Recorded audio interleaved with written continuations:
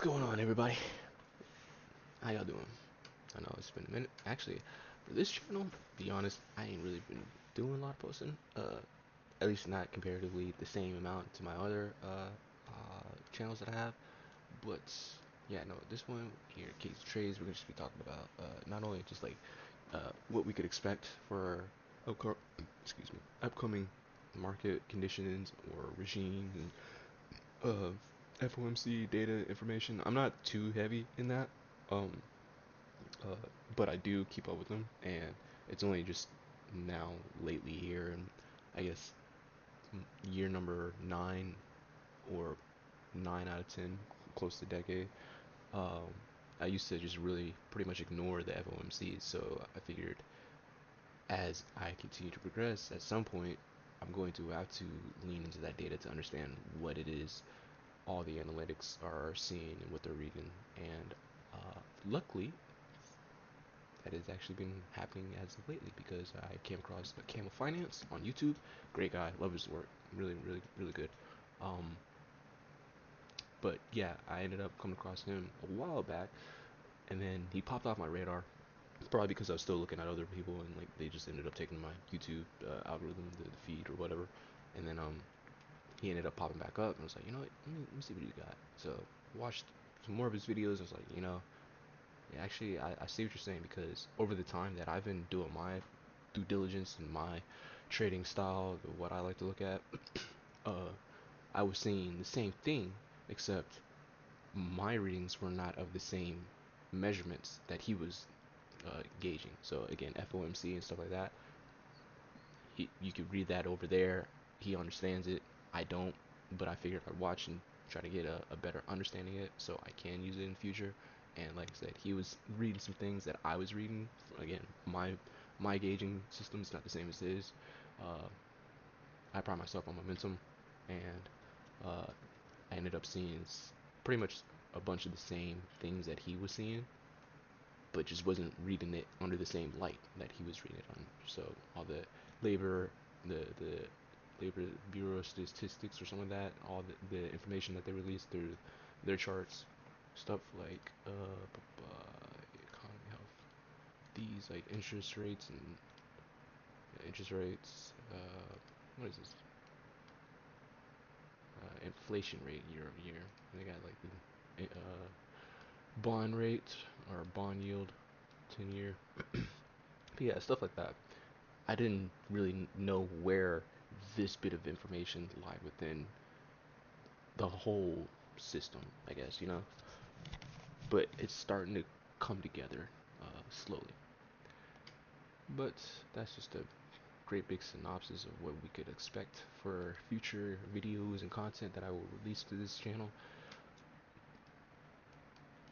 As of right now, um, I just really wanted to talk about like, because there's probably gonna be maybe like I try to do like once a week of this, where I just kind of say what I expect for the next week, and then also, or well, not particularly specifically next week, but in the upcoming future, next couple weeks or days or stuff like that, make kind of like projections, and then you guys can follow along, be like, oh yeah, I can see what he's seeing, and that's again that would lead into me showcasing my skills with momentum, knowing what I know of momentum and what I come to expect and everything. You guys will probably see the same things, like, oh shoot.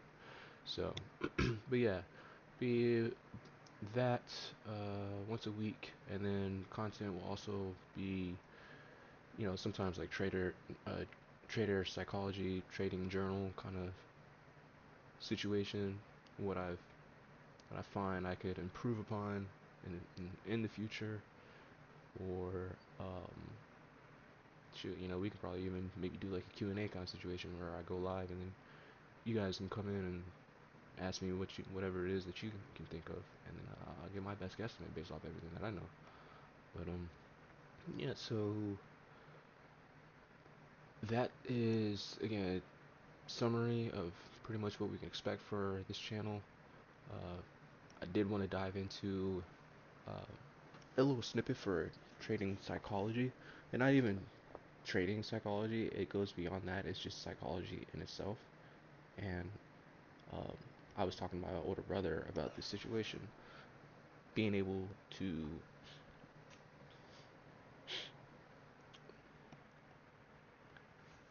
how should I explain this?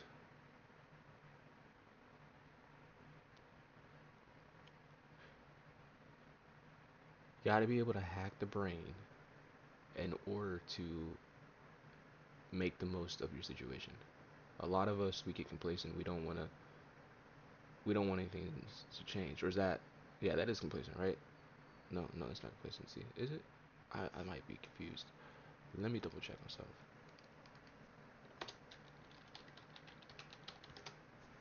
Oh, no, no, no, no.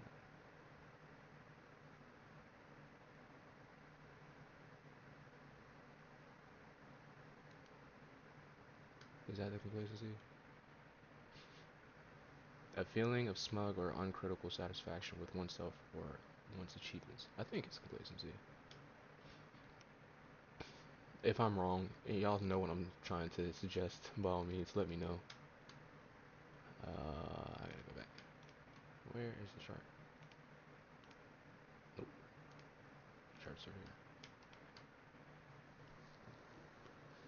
But yeah, you gotta be able to hack your brain in order to make the most of whatever situation you find yourself in. So lately, I found myself in a position where I don't have a job, and my brother doesn't have a job either. However, we are doing what we can to make the most of our situation. So we're not gonna just sit there and beat ourselves up and be all woe is me. Like we don't have the ability to work and make things better for ourselves or attempt to improve our situation because at least you can say that we put a foothold in the door, you know.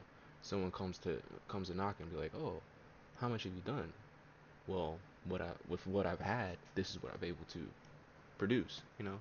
And if I had the opportunity to produce more, you would see such results. But I'm just being limited in, the constraints of my current situation. But yeah, situation is I don't have a job right now, but I'm still doing the best that I can. Uh, and that being, at the very least, I can do door dashing, which is what I've been doing. And you know, I'm very very thankful that where I'm at, there is a lot of opportunities. And that being the case, it's almost like I'm still in the game. You know, I still have an ability to make ends meet for myself. I just really gotta put in the grind, put in the effort. And one big advantage I've come to realize, just for a synonymous perspective here, you play a game, you start on easy difficulty, right? But, and I did this with Clear Obscure Expedition 33, and I still haven't finished it, but that was intentional, it's on purpose.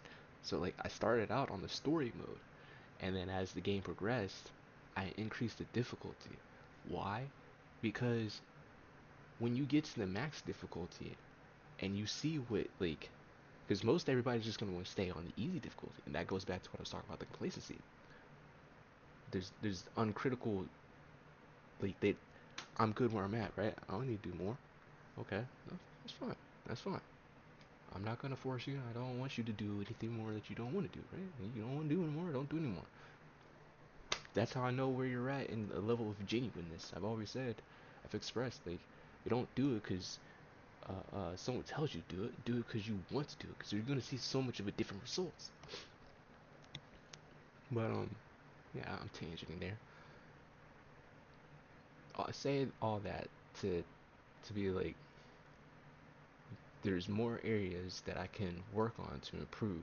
Not only with the DoorDash, right?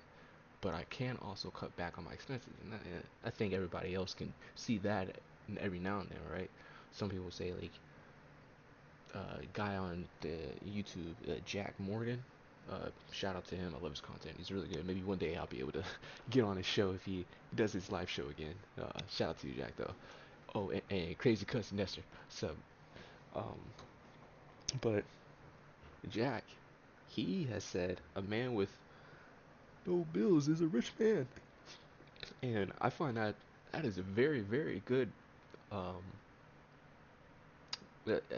just way of looking at how to handle yourself, how to handle your money, how to handle your business's money. What your expense sheet look like? Is it high? Is it too much? And a lot of people would be like, at least I think the analytics would be like, yeah, that's your debt to income ratio, right? Or something along those lines, I feel. Um, but here I'm just trying to hack the brain. Remember, trying to hack the brain, hack it, make it most efficient for what it's got, make the most off of what you don't have, and then like I said, if I increase the difficulty, so it's nice and easy for me, and at this point, for me, it personally feels like uh, I've been in the pits of hell, if you will. I'm not gonna say it like that, but it's just like it's a hell of my own design. Sure, it sounds dumb the way I say it, but I'm saying it because I see it for what it is.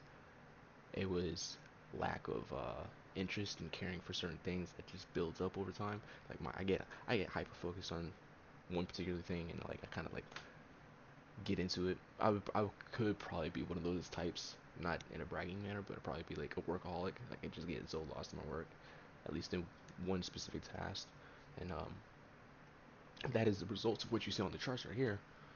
As I said, I'm very, very particular with, I'm not particular, but I guess versed. Yeah, that'd be better. I'm much, much well versed and rounded with momentum. So everything you see on the chart is a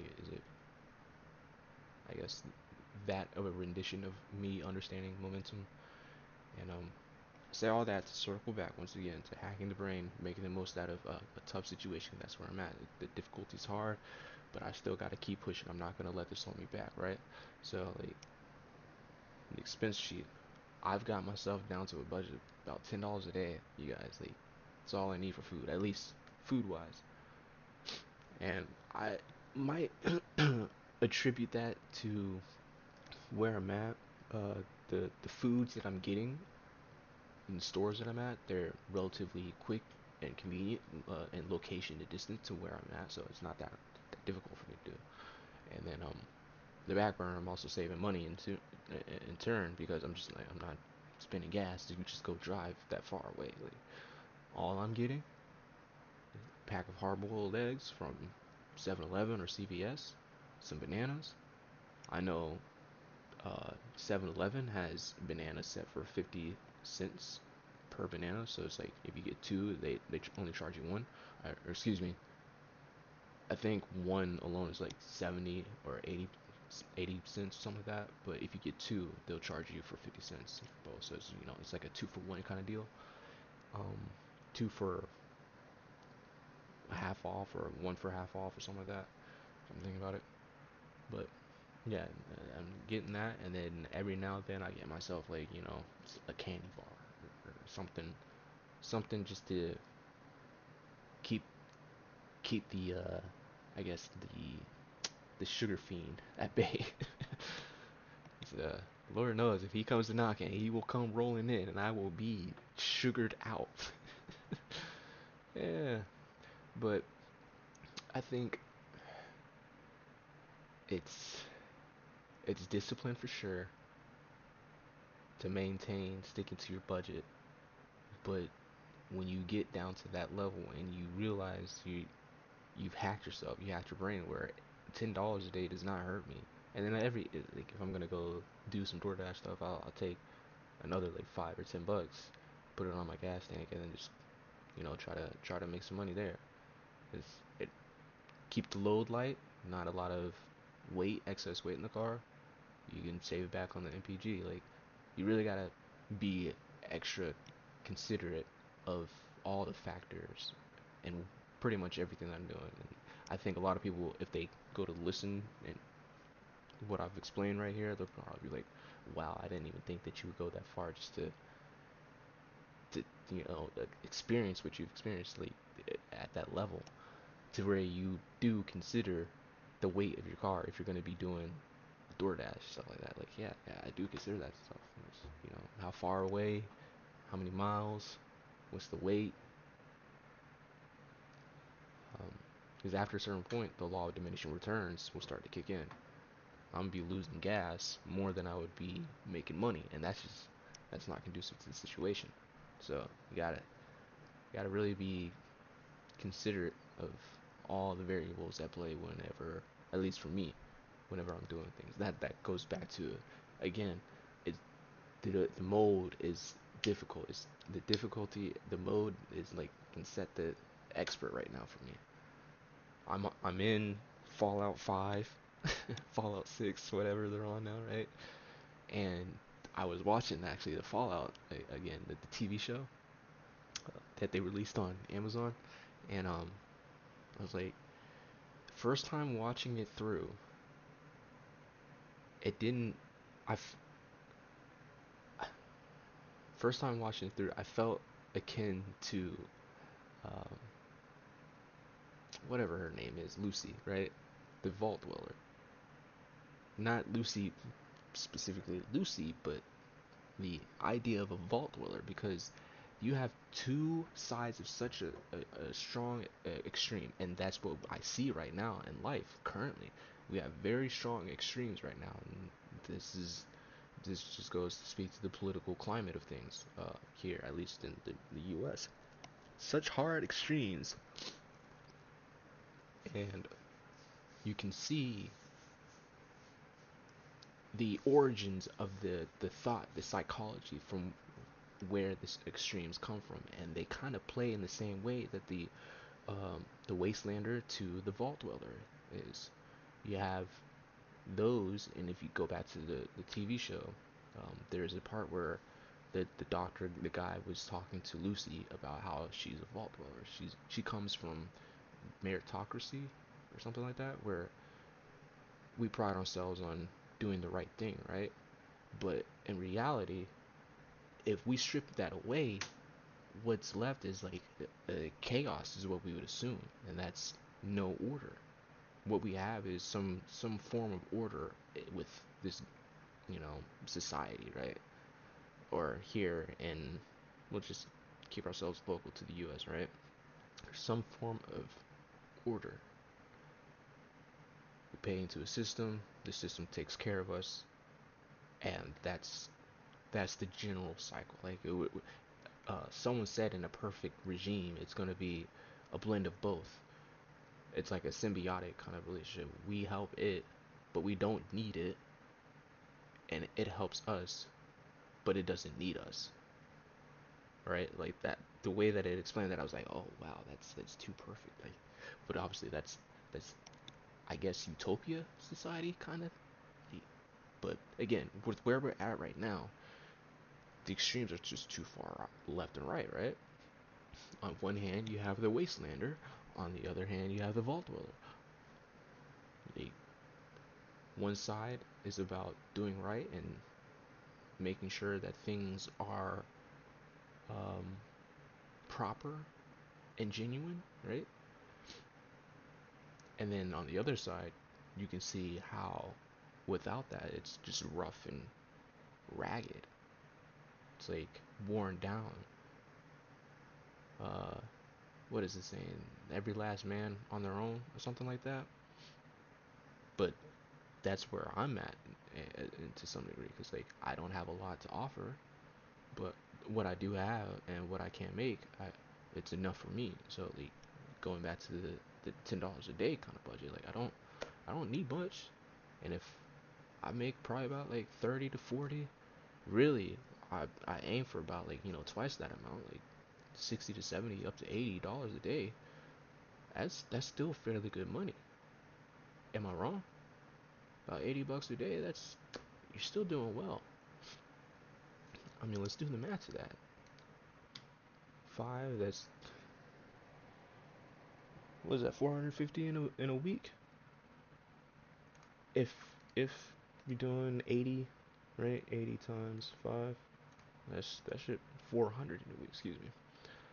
Still, again, that's good money. Times four is about 1,600. Now, I do understand, the mileage that should be taxing up on your engine, my engine. But hey, We gotta survive. We gotta make the bag, right? I'd rather be doing this than the other two, one of two options: asked out with no money, or uh, trying to do like selling something that's gonna be illegal, right? Going to the side of the street, like, oh man, am I gonna make some money or am I gonna be arrested? Like, hey, no, no, I'm not gonna do none of that. I would very much like to try to rebuild up from a better point, and this is the best that I can do. And if someone's got something to say to me, or they got a better option, especially with being in the same shoes or the same point in life, by all means, let me know, cause I'm looking. You can see that I've been putting in the effort, right? You hear what I've been talking about. I've been talking for a little bit. I got information I could display on everybody. But point of the matter being though, that is what it is. Gotta put in work.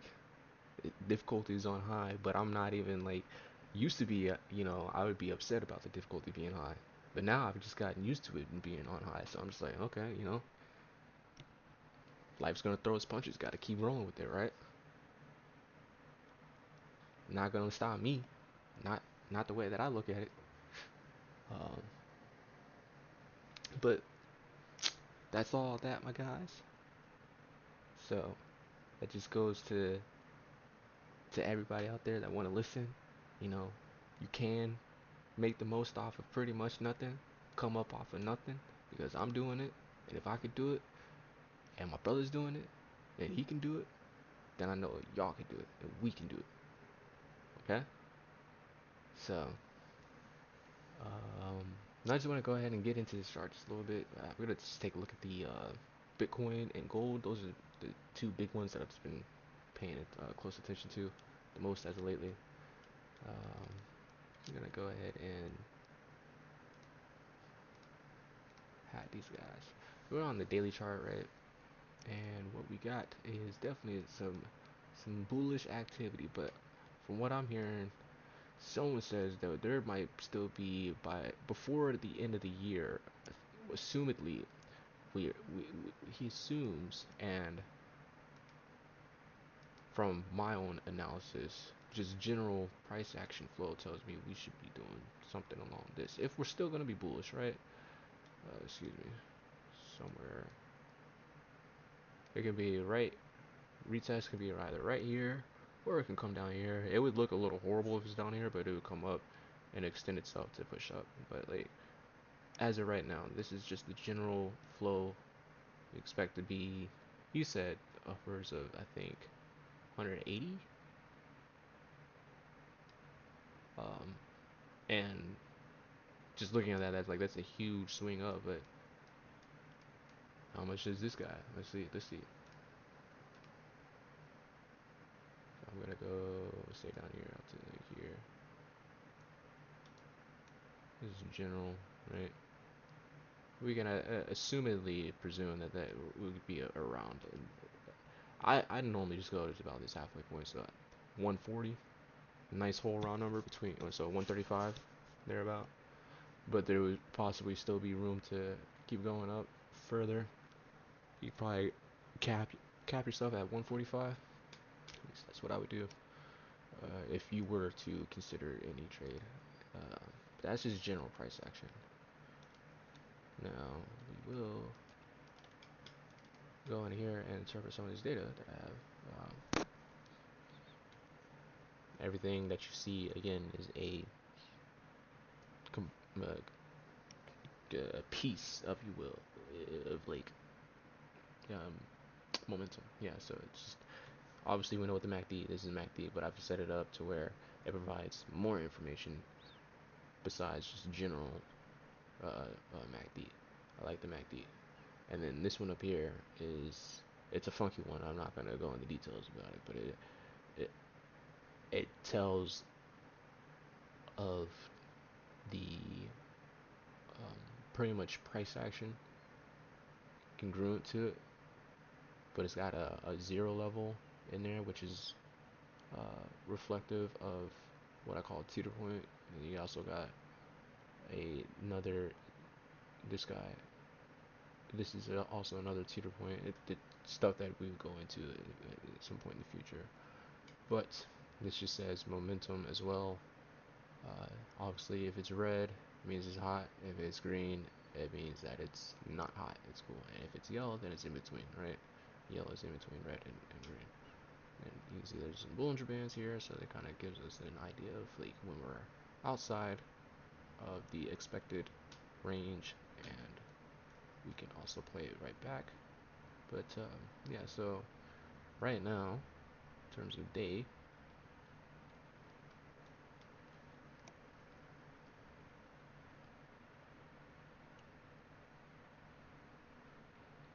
the angle is still for the signal line, the orange one. It's still up, but it is slowly tapering off.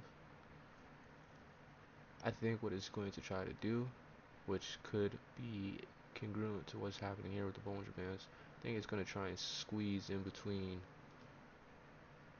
this high and this low, and it's just going to create some volatility. It's going to do some chop until he, the MACD, crosses below or literally sits right on top of the um, what's it, the signal line, after which, like we said, we can anticipate. And mind you, this was by like 2026 is where he said that we could assumedly see the top. So like I said, I would assume maybe about 150, right? Just to make it nice and relatively easy for us to work with. So by this window, so should have some sort of climb along these lines, I would guess. It's very, very general, but I suspect it's going to come up here, come down, kind of consolidate it between here, and that would be it tightening up on top of the MACD, tightening up on top of the signal line before doing one last push up here in November and December. So October, I guess October is going to be slow. The first half of October is going to be relatively slow and quiet volatility because, oh no, actually, how's that one going to play out? For Bitcoin, I'm not sure how that's going to play out because Camel Finance, he was talking about his cycle theory, and he said at some point around October, he expects a new cycle to be printed on the charts. So I think it's like at the start of October. I would guess maybe like up to October 5th or October 7th, right? At some point, he expects Bitcoin and I think gold and S&P to print some lows, after which, and that would tail into the compression of the MACD on the signal line, after which you should see the move up, which is probably going to be relatively explosive. Um, if it's going to be, I'm thinking, like I said, it's going to extend itself around here, and once it gets to around here, it's going to want to jump up to get up to this, uh, not necessarily this line, but get on trend to making its way up to 140, 150, up, up, up to like 180, right? And then after that, he said that you could expect the drop there, like super big drop. Like everything's gonna just start crumbling. Not only Bitcoin, but gold and S&P. So like the valuation and deleveraging, I think is what it said. So be the first time I've experienced something like this. I'm rather excited to see what happens. Just to see how the markets play.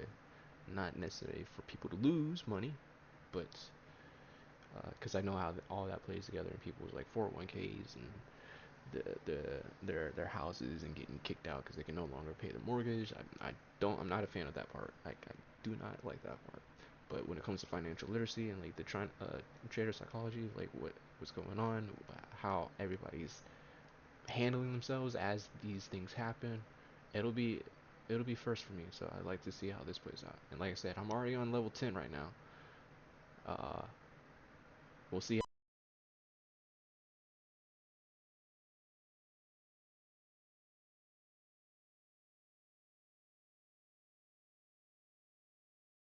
Can you hear me? Yeah, I don't know what the hell happened there. My headphones, my headset, dude, it just wanted to turn off for no good fucking reason. But yeah, what I was trying to say to summarize everything, um, it's going to be interesting here in the coming future. Like I said, I'm already on level 10 for myself for the difficulty. It's relatively max. It's going to be interesting how this next set of things plays out because, you know, you get on the right side of things as it's moving, and especially on a short-term trade, you need some mad money, bro. Um, Not only that, but like from my understanding, politically, economically speaking, right, the economy is just going to go into the recession, so that's just going to make things cheaper. The asset prices, gold's going to go down, Bitcoin's going to go down, and of course the economy's going down. I would honestly, those would be the top three that I would ever just pay attention to most of the time, most all the time, right? Gold, all right, gold. We all know that pretty much all the banks they want gold. At least everybody should want to have some form of gold in terms of just holding value, because that's the way that someone expressed it. Is just a physical form of your time. I was like, dang, that's pretty cool. Um, which appreciates in value, which it has been doing. Gold, right? Way up here at record highs, almost about $4,000. Can you believe that? That is crazy. $4,000 for a troy ounce. But yeah, uh, just being able to see it like that, that is a physical container of your time, your effort, your blood, sweat, and tears. That right there, I definitely want to have a couple gold bricks, please. And then Bitcoin itself for crypto. Now, a lot of people are going to be like, man, it's overpriced. You can't get none of that. You can still buy fractions of it. Like the name of the game doesn't necessarily have to be get one whole Bitcoin right now. You can buy some over time and build your account balance up, you know. And then as it happens, this is what I want to find myself doing. I forgot to show this guy this other indicator that I haven't built right here. I want to be capturing these lows, right? I'm gonna be capturing these lows. Be like, oh yeah, let's go ahead and load up. Why? Because I can see that we're still bullish, even though that we're compressing in. And maybe I can see how I can do some trading psychology now with some of this, because I was always confused about certain things. Speaking this out loud to myself, because I see if I'm not going to explain what it is. When I get to that point to be able to explain it, I'll explain it further down the line. But yeah, see how I can manage that. And so yeah, I want to be getting these lows, right? Getting these lows. And be like, okay, I got in the best position. I'm holding until momentum tells me we blowing off the top. I don't need to hold that much anymore. Okay, let some go. Come back, get these lows. Momentum, we still up. We still tracking up. Okay, I'm a hold, right? So that's what I think I tangented there. But what just what I feel is most prevalent again: gold, Bitcoin, and S&P. S&P, in my opinion, it looks like it's pretty much the if it's the top 500 companies that are making the most, right? That's Standard and Poor's 500 or something like that. I believe it's the top 500 within, I think, the Nasdaq or tradable companies that are making the most. That are making, I guess, like I think there's some sort of specific metric that it's like 1% or 2% or something like that. Maybe I'm not sure, but I believe that is what that basket of 500 markets is. It's an index of all the other ones. So they are going to be, in my opinion, the bigger ones, bigger companies, corporations that are still at play in our lives, right? The ones that have been kind of outlasting, that have stood the test of time. So you can kind of get a breath of how those markets are feeling, and then get a breath of how crypto is doing, and then also get a breath of how everybody else in the world is doing. That's pretty much the round robin three that I like to keep most of my time allotted to. So yeah, what we are seeing, because I want to kind of round this back again to the FOMC data and the Fed's cutting the rates as of lately, and as well as Camel Finance and what he's saying and what everything that I'm seeing. So we're still trekking up as of right now, but I do suspect at some point we are going to taper off, right? And if we taper off, then I would figure it would be like coming back down maybe here to test it, and it could extend itself, right? It would probably do like something like this, a long wick on the bottom side, right? These long wicks just to go ahead and get itself in, right? To hit this level, and then see like if it doesn't do it down all the way there, it could do it to about wherever the red level is, right? Let me remove you. Let me get rid of you to get up to those numbers, right? 140, 170, 180, stuff up there. Um, maybe I was thinking I said about halfway through October, so we'll say October 8th, and okay, that's the 13th. Yeah, we'll say about the 15th, right? That would be about the area that I'm looking for this low to be put into price. It's not going to be perfect, but that's my anticipation. And it'll either be, it's not going to be exactly right here. It'll probably be maybe like up here, really. But I'm trying to be fair and generous with what I'm seeing. This is a guesstimation, right? It's not, I'm not going to be specific and pinpoint, be like, oh, it's going to be right here, right? But just in this area, I'm anticipating some movement. So like we can start trekking down and then make that low that's going to be in here to drive price up higher, and then by like November we'll probably be actually making some new highs by the start of November.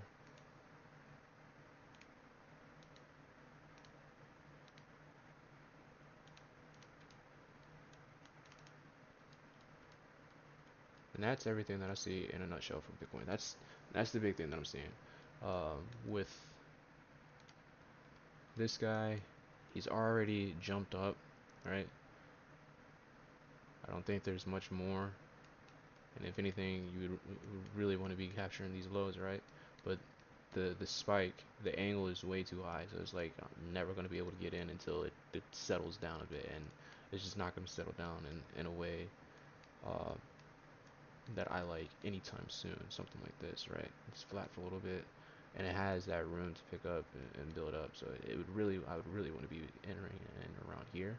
You start to see that it compressed back a little bit. We started pulling back up, and then it picked up speed right here, picked up that acceleration. And where it's at right now, it's just way too high. It's not going to come back down. But if I hopped on the lower time frame, I could map it out for you guys, but I'm not going to do that. That's not going to be conducive of what you should be doing. If you're going to be a trader, you want to definitely be on the higher time frame. Lower time frame, it's there, but it's not there for all your trades, right? It's not like, you're only going to get nominal gains if you stay down on the lower time frames, is what I'm trying to say. So haven't really done anything in terms of gold. It hasn't reached my levels. Haven't We're not flat enough. We're slowly tapering up for accelerated move. Missed it. It's okay. It'll come back, and we will work with it with what we got in the future. But we can anticipate for sure. At some point, price is gonna come back down, right? And it doesn't have to come back down here, but it's at some point we can say that it's gonna come back down. Now we can go ahead and start putting in context clues of what we can anticipate. So we're still pushing up, still very bullish, right? Very, very much bullish. So look at that signal line. I mean, like that's not turning around anytime soon. So we still definitely got room. And if you wanted to, I mean, sure, you could wanted to open up a long position and just buy and hold.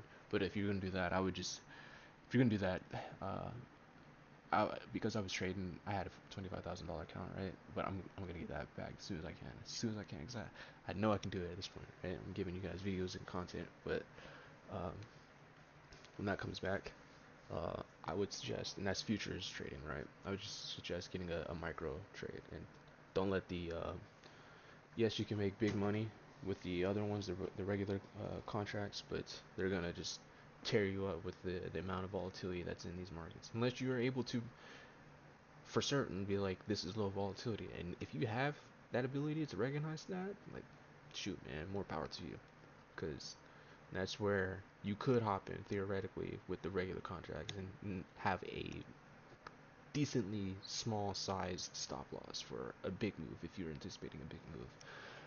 I would anticipate that it maybe be like up to about 300, 350 of a stop loss, and that still a bit of a bite for sure.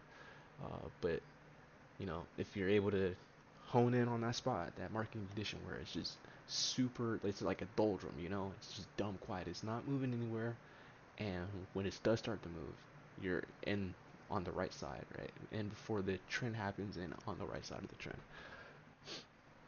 I guess that would be like a very good, very, very, very strong like Bollinger Band depression of some sort, some squeeze. But that's I'm not a master of volatility. I'm a master of momentum. That's what I like to say. I feel like I've really gotten a good hang of momentum, and then I couple that with price action reading, so like I can read the actual candlesticks and what they're saying and what they're providing. Like, okay, I can see what's going on. Now it's not the good time to be entering. But yeah. So like I said, gold in terms of a daily trade is way too high up. I guess we'll take a look at a 3 hour. So you could hop in here, but we're still up. We're outside play. We can't really get in. This would be a relatively good trade too because you can get in and the angle is relatively like, sharply up. That's a that's a strong force that's gotta push through unstoppable object meets a unmovable unstoppable force makes an unmovable object or something like that. Um, Somebody's got to give, and at this point, it's going to be the chart. So the market itself. So it'll just rally the hell up like it did. Um, but yeah, so kind of missed out on these. It's okay. And go back to the daily. Yeah, my best guess is just wait for a price to come turning back around at some point. Or if you want to go on a lower time frame, you can 3 hour, 4 hour, get yourself a buy condition in there. It's obviously not there yet, so if it did come back down, it'd probably be around 30, yeah, 3600 come down before you can maybe start seeing some bullish activity again before it goes back up to about 4000. That's probably what's going to happen. It'll come down, play through that level a little bit, might dip down below, and then start pulling back up to go back up. Something like this, maybe. Just a guess. Speculation. Guesstimated speculation. And finally, S&P. I need to get actually one for S&P.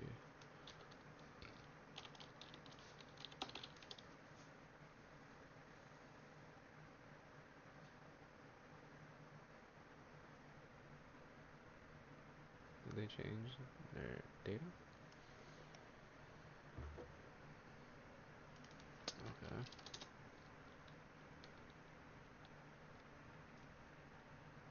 Yeah, I guess this one. Sorry about that. And this one. And this one is interesting, you guys.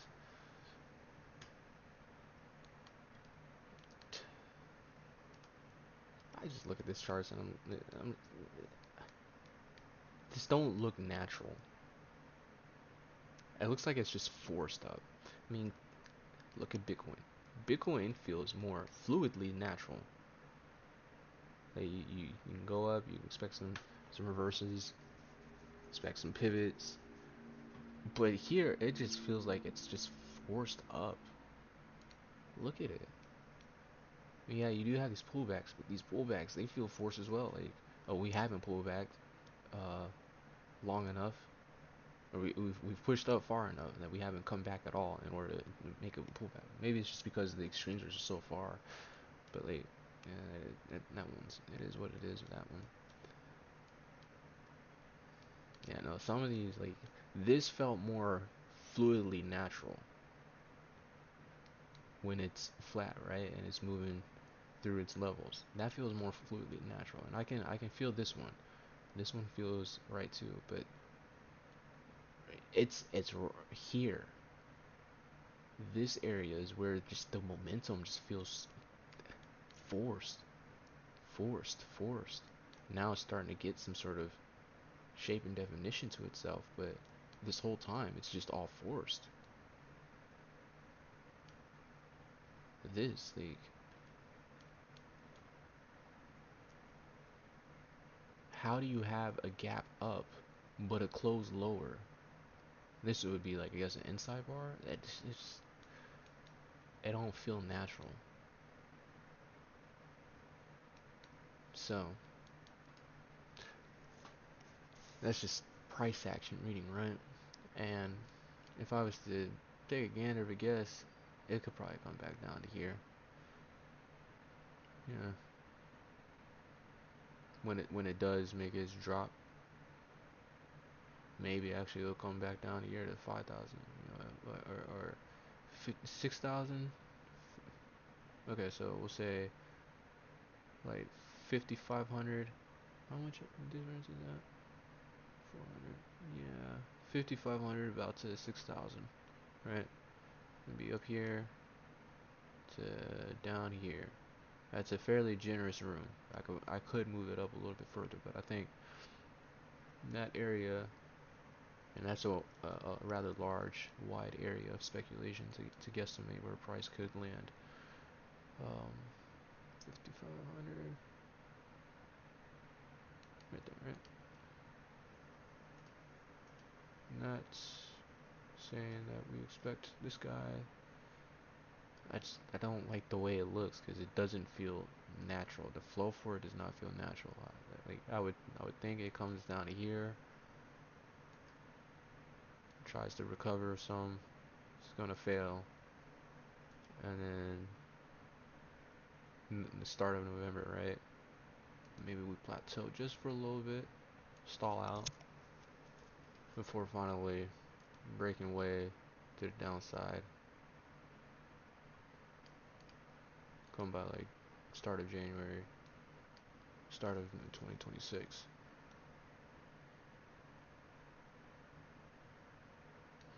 Because he said again, going back over to Bitcoin and referring back to camel trading, his cycle theory logic, like I like what he's saying because he's seeing a low imprinted some point around this time frame. I'm seeing the same thing on Bitcoin too. Gold, we said it could come back down, right? Come back down a year before like consolidating in between these two or something like that. But in terms of taking a trade, which I wouldn't hop in until it gets flat and gets close back down there. But we can anticipate maybe it could come down here, maybe. But I'm more so between Bitcoin, gold, and the S&P 500. Out of those three, I would be more willing to put my money on Bitcoin for an easier low to be printed. Um, and again, we're I'm anticipating something like that happening here. That S&P 500 um, coming back, testing these lows, going up a little bit, trying to recover some before stalling out, and then very much declining rapidly. Um, so we'll have to see how it plays out. But I'm sure you could definitely see a retest of 6,000. I'm fairly certain you could see a retest of 6,000 before the year is out. if not at the start of next year. So those are all that I'm seeing for the next foreseeable future till about January. I will keep you guys posted on any actual trends or trading opportunities, excuse me, that I see that I'm like, you know, this one's a good opportunity.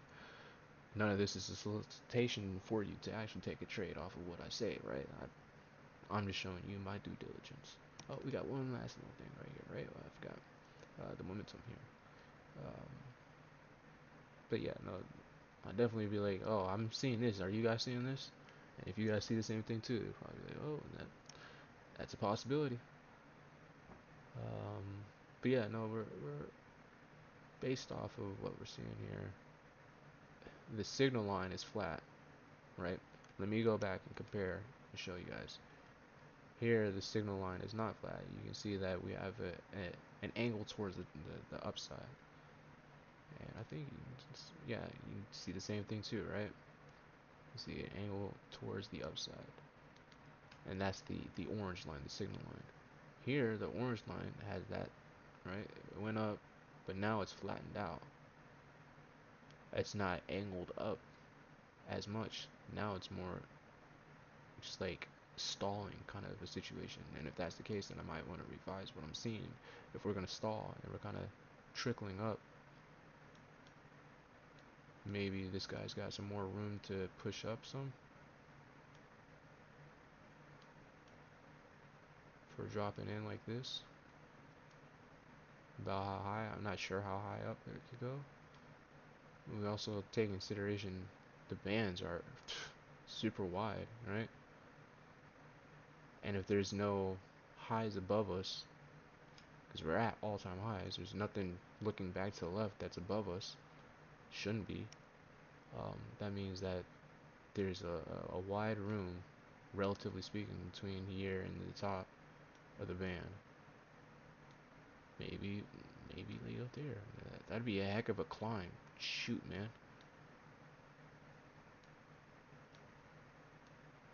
But as of now, we can at least anticipate whether it wants to jump up or just turn around from right here. We can anticipate it coming back down to this area, to these lows, and making this low where we're anticipating this point in time. So I'll leave you guys there. That's everything. I know it's a lot, but make sure you handle your risk accordingly. Manage your risk, handle it, and don't let it eat you up. Keep those stop losses tight and small. Your margin, your drawdown limited, and you want to be able to stay in the markets. That's the key takeaway. You can stay in the markets.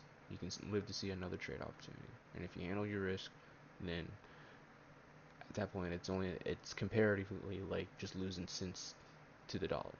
You know, if you're gonna go to the store and you want to make your money last, you want to again if you're on hard difficulty, you want to make the most off of $10, right?